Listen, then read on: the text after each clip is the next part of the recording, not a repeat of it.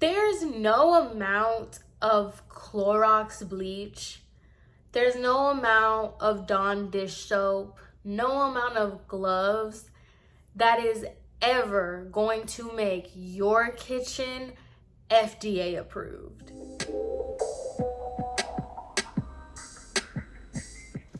Hi friends, Samantha has officially entered the commentary chat. Welcome. Okay, so as you guys know, this has been a topic of conversation that has pretty much taken the entire internet over. It's just been, everything is pink sauce, pink sauce, pink sauce. We all know it. We all know exactly what I'm talking about. And this has honestly, I feel like, been something that I have always been very passionate about since the beginning of time, since I entered the world of cosmetology and I went to school and things like that, because I feel like the pink sauce is only a fraction of the conversation that needs to be addressed, which is small business and entrepreneurship. And I say this because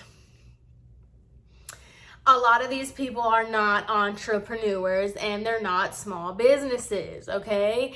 So I wanted to go ahead and just throw my unsolicited opinion because I feel like it. Before we get into it, I do want to make a quick disclaimer letting you guys know that I am very, very aware of the disadvantages and the setbacks and obstacles that a lot of minority groups, specifically Black women-owned businesses face, especially when it comes to like opportunities, entrepreneurship, investments, loans, and things like that.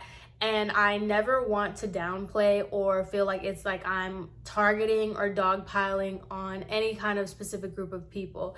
This is specifically speaking on these individuals as self-proclaimed business owners and entrepreneurs.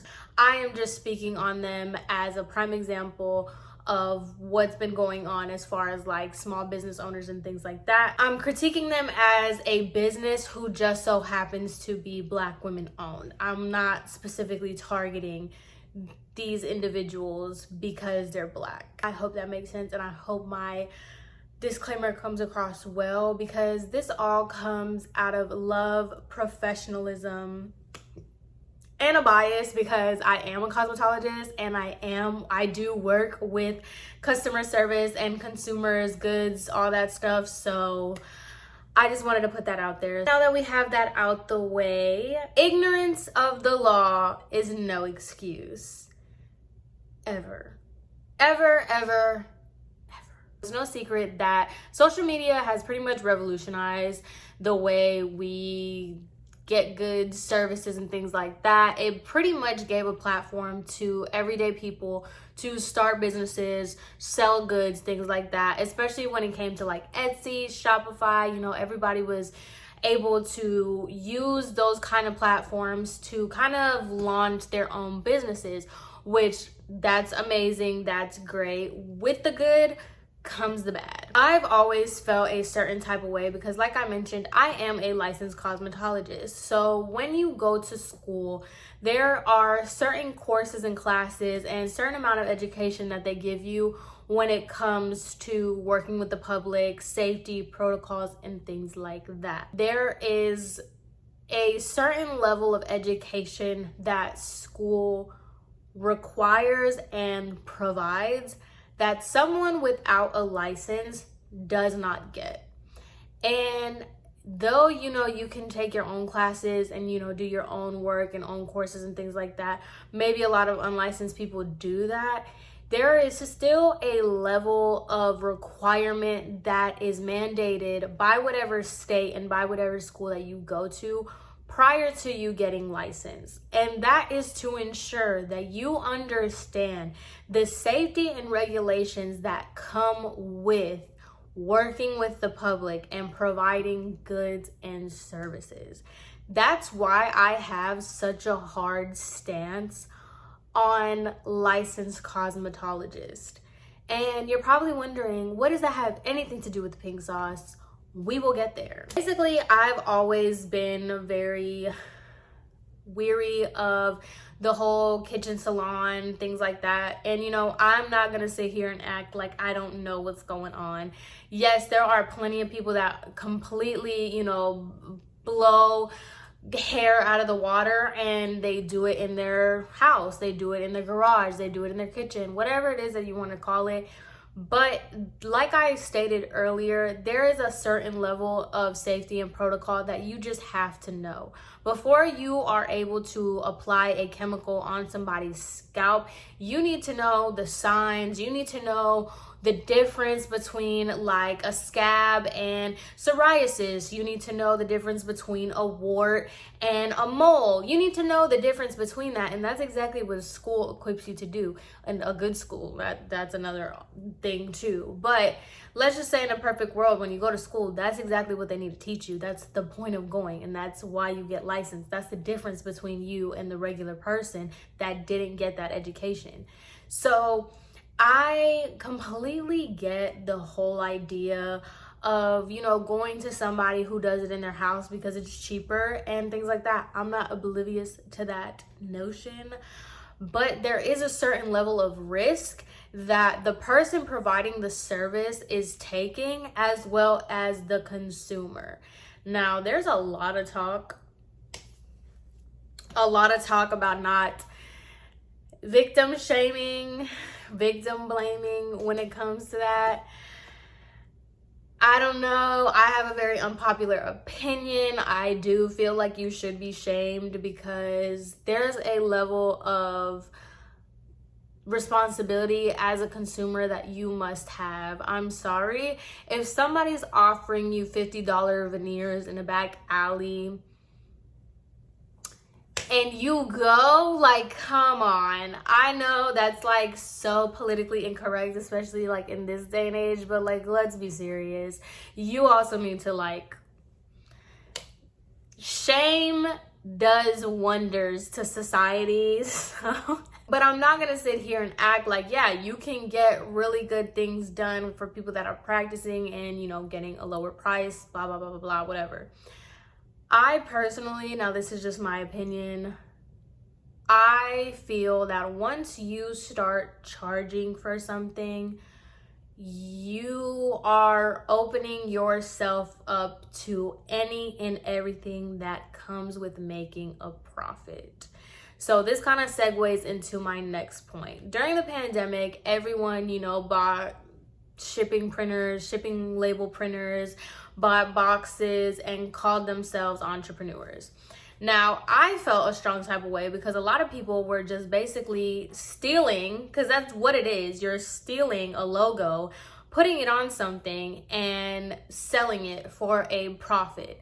Now, I get annoyed for the simple fact that it's a lot more than just making yourself a logo and selling a product that you got from Alibaba.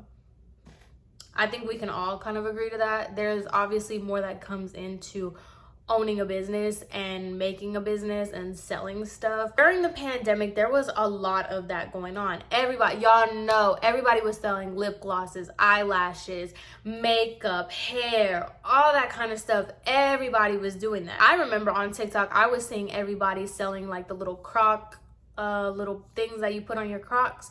And I actually came across one girl who did end up getting sued by Frito-Lay's because she was selling hot Cheeto little Croc things.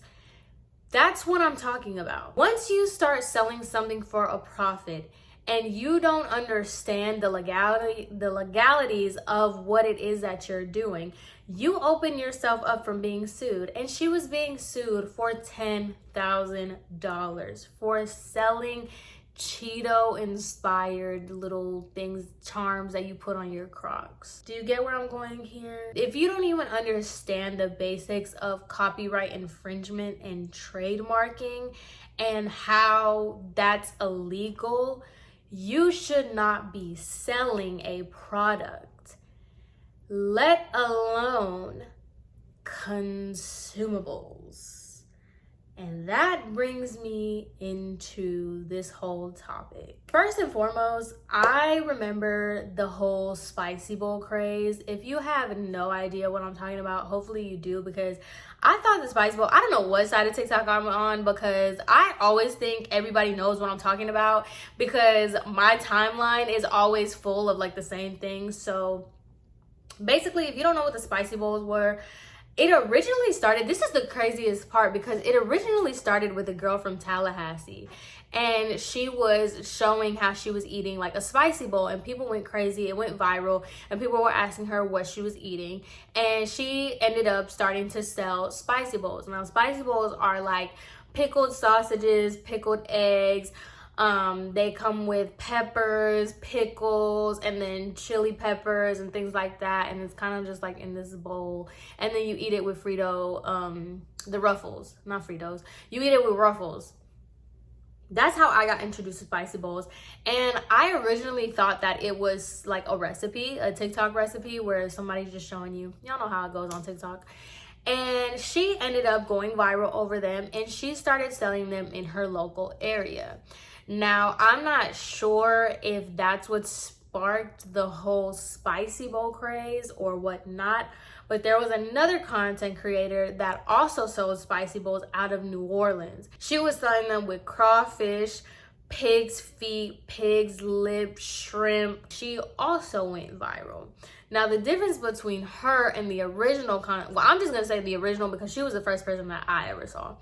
So the difference between her and the original content creator was that this woman started selling her spicy bowls nationwide, including the crawfish, the pickled boiled eggs, the sausages, the shrimp, and all of those perishable seafood items. Like I mentioned, this went crazy. I saw that all over. I saw the reaction videos. I saw people, tagging her. People were obviously ordering them from her and making the reaction videos to their package. One particular video that went viral as well, which gave this woman a lot of backlash, which she was already getting a lot of backlash because people were like, ew, that's nasty, you can't do that, blah, blah, blah.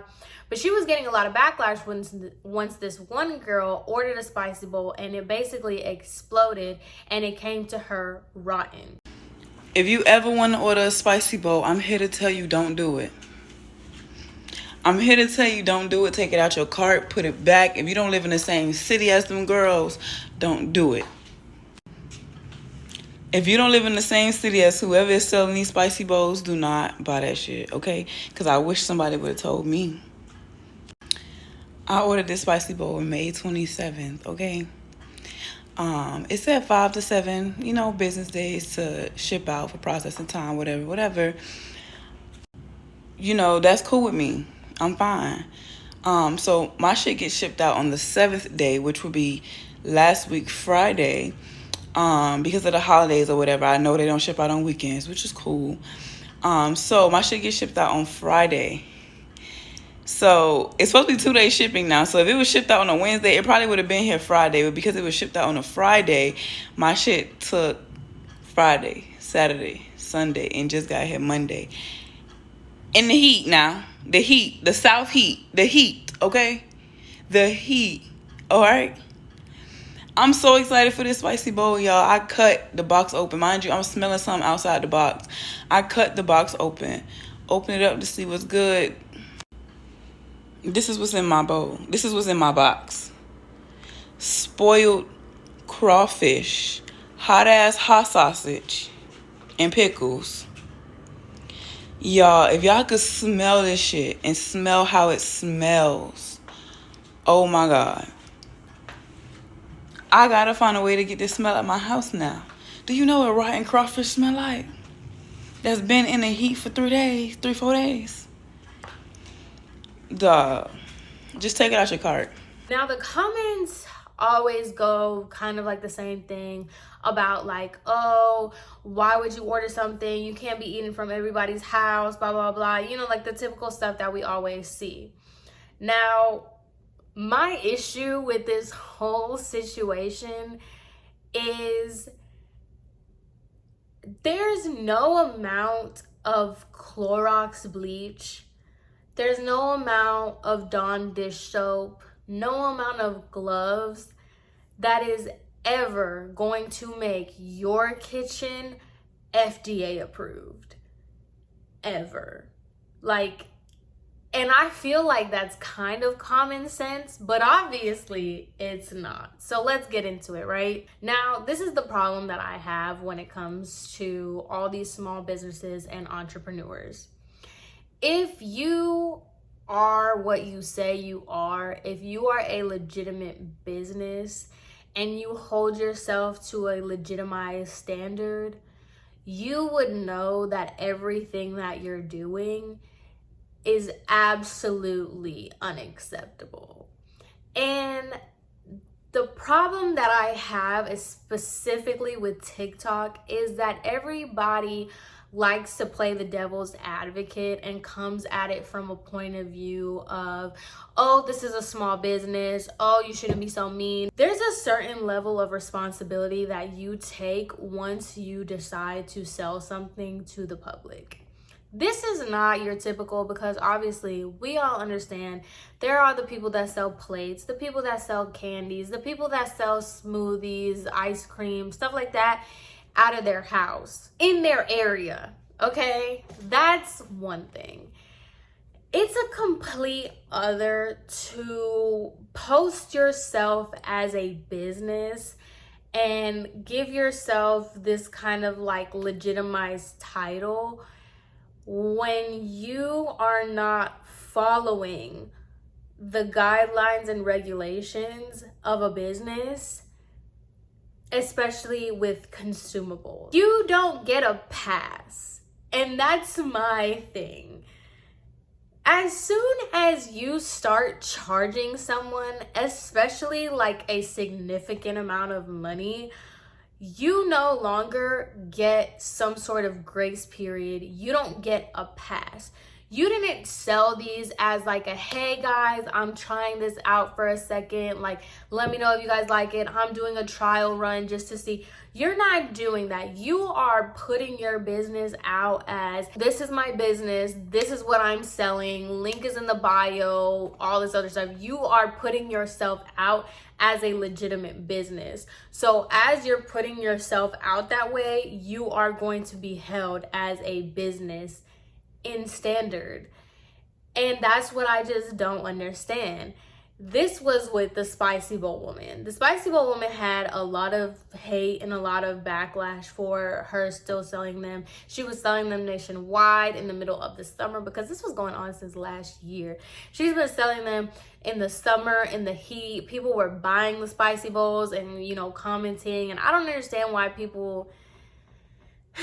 the consumer part is like its own entity in a conversation, because it's like, I don't even understand. You bought seafood from somebody in New Orleans, you live in California, and you're complaining that it came rotten, and then you're making a TikTok talking bad about the woman. You know what I mean? It's just like, yeah, that's its own conversation. But it goes to show the same thing with the pink sauce lady. I get that people are saying like, oh, everybody's being so mean to her, like she didn't know that it was gonna take off this much, blah blah blah blah blah, whatever.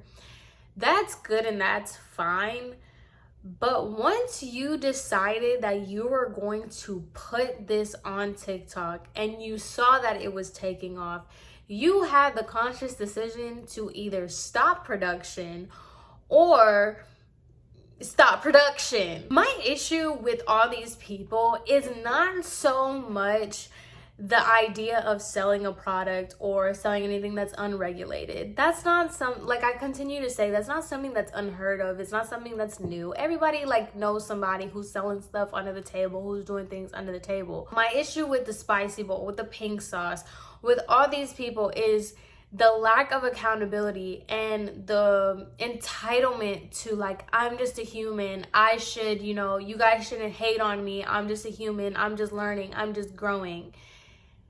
No. And I feel like it's kind of an unpopular opinion because, like I stated earlier, once you start charging people money, you no longer fall into any kind of grace period. You are no longer just a human learning and living. It is one thing if you made it for your friends and family and, you know, they all got diarrhea after eating your spicy bowl or your pink sauce.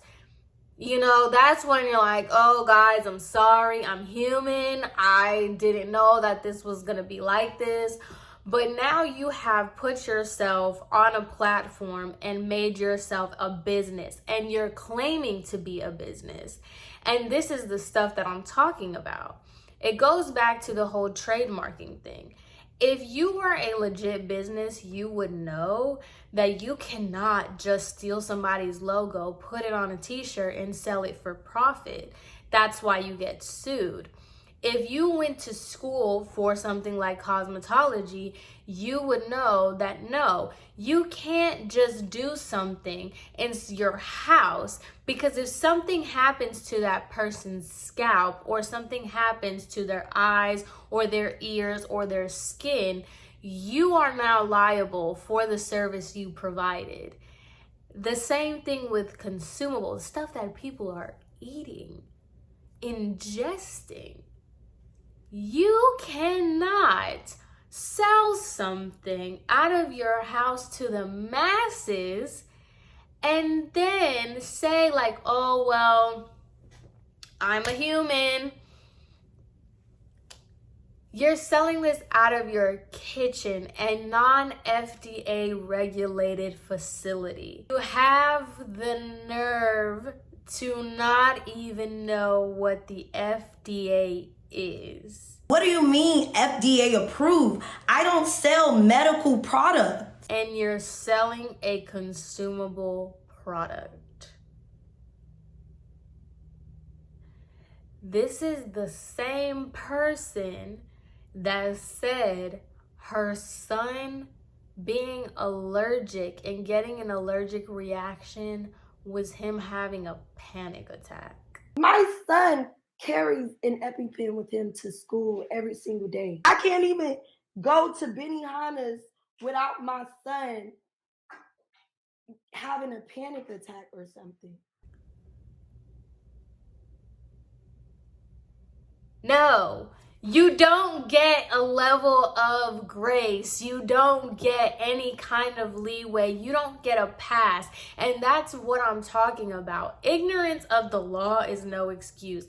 Just because you don't know what the FDA is doesn't mean if the FDA came to your door and violated you and gave you all kinds of fines, that you don't get to say, well, I didn't even know what that was. I didn't know what I was doing was wrong. I didn't know what I was doing was hurting people. It is what it is. You decided to put yourself out there, and this is what you're getting. The only difference between the pink sauce lady and the rest of all these other people that are doing stuff under the table or illegally is the fact that she went viral on TikTok. This is why you don't do things when you do not have the credentials to do them. She says that she was a caterer, she was, a chef or whatever. I question that. I question that completely, especially after her explaining how she doesn't know what the FDA is. Personally, I don't know if she's just a self-proclaimed chef or she actually has some sort of credentials when it comes to culinary school or culinary stuff. I highly doubt it's just off of that. But it's just like the same way if I sold eyelashes, right? Because everybody wants to sell eyelashes. Everybody wants to sell lip glosses. If I sell you a lip gloss and it burns your lips off, you can sue me. I can go to jail because I sold you something without having a license, without having any kind of insurance, without having anything. I can get in trouble for that. This woman is gonna get a lawsuit. She's gonna be sued, obviously. She's gonna be sued. If there hasn't been a lawsuit already, she's going to be. And they're gonna take her out. there's no way you're going to be able to argue or even have some sort of defense. First of all, she should have never went on live. That's its own problem. Not only are you selling something that is perishable and not even regulated, it's not registered. Anyone can go ahead and steal that concept, steal the idea, and like, because let's just say Heinz decides that they're gonna steal the pink sauce idea, they can very well do that because it's not like your pink sauce is registered as anything. It's not a trademark. You don't have it legitimized. So your idea can very well be stolen. So there's that, as well as like, you don't have any kind of credentials to sell something. This is why education is important. This is why certifications are important. And this brings me to like my whole broad topic of what I was talking about earlier. You can argue the whole thing, whether school is a waste of time or it's this or that. Being licensed gives you that kind of safety net that if you are not licensed, those who are unlicensed just simply don't have. And that's what I wish we would stop. Not everyone and everything is a small business. Not everyone is an entrepreneur. People are saying like, oh, you're just attacking a small business, things like that. B Love Sauce, guess what she did? She got popular off of her mukbangs. And guess what? She came out with her own sauce. That thing is sold everywhere. That thing is on Amazon. And guess what? She did it legitimately. So like, to sit here and say like, oh, I'm just a human, I'm just a person, that's not an excuse. And there's no way you cannot sit here and say that as if you wouldn't sue Heinz if you got a ketchup that made you ill and it was all rotten and molded and it smelled disgusting. Tell me you wouldn't sue. I think everyday people kind of really get this whole thing messed up. Just because you're an everyday person and your intentions may be good doesn't mean that you are exempt from any kind of consequence that comes out of your actions. You sold products, and that's the thing, it's still on sale and it's $20. How are you going to pay $20 to something that's not even regulated? You don't even know what's inside of it. I'm sorry, you're gonna spend $20 on a product that has vinegar misspelled. And not to mention, this is my own little pet peeve as well. Ingredient list starts from like the most to the less. As in like, if there's more water, then it starts with water. Then it goes with the next ingredient until like this. It's not even formatted that way. So it's like you have a whole product which the label isn't even correct, and I'm just supposed to believe that you are legit, and then I'm supposed to feel bad because you're getting hate. Obviously nobody should be getting death threats. Like, relax. Like, that's obviously not okay. But at the same time, to sit here and say that these businesses and these women should not be critiqued and should not be like criticized for what they're doing and held accountable for what they're doing, no. Also, I just want to mention like everything that I have to say about this and every feeling that I've felt passionately about for the longest time. The Fab Socialism made a great 3-part series that basically encompasses everything that I'm going to say, or everything that I've already said in this video about like the moon, X Cosmetics, the facial oils and things like that. She basically embodies everything that I wish I could say. I'm just not as eloquent and like structured as her. This is more of like a rant, but I would highly suggest, I'm gonna put those videos in the description box. I highly recommend you guys watch it and see what I'm saying, because I feel like she puts my thoughts and feelings all together.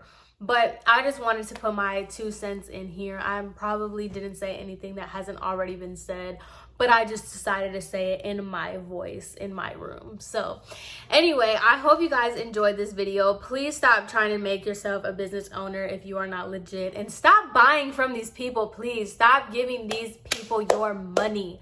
And if you do give these people your money and you get sick, that is your fault and your fault alone. But anyway, let's make good choices. Let's be smart consumers and have a great rest of your day. Bye.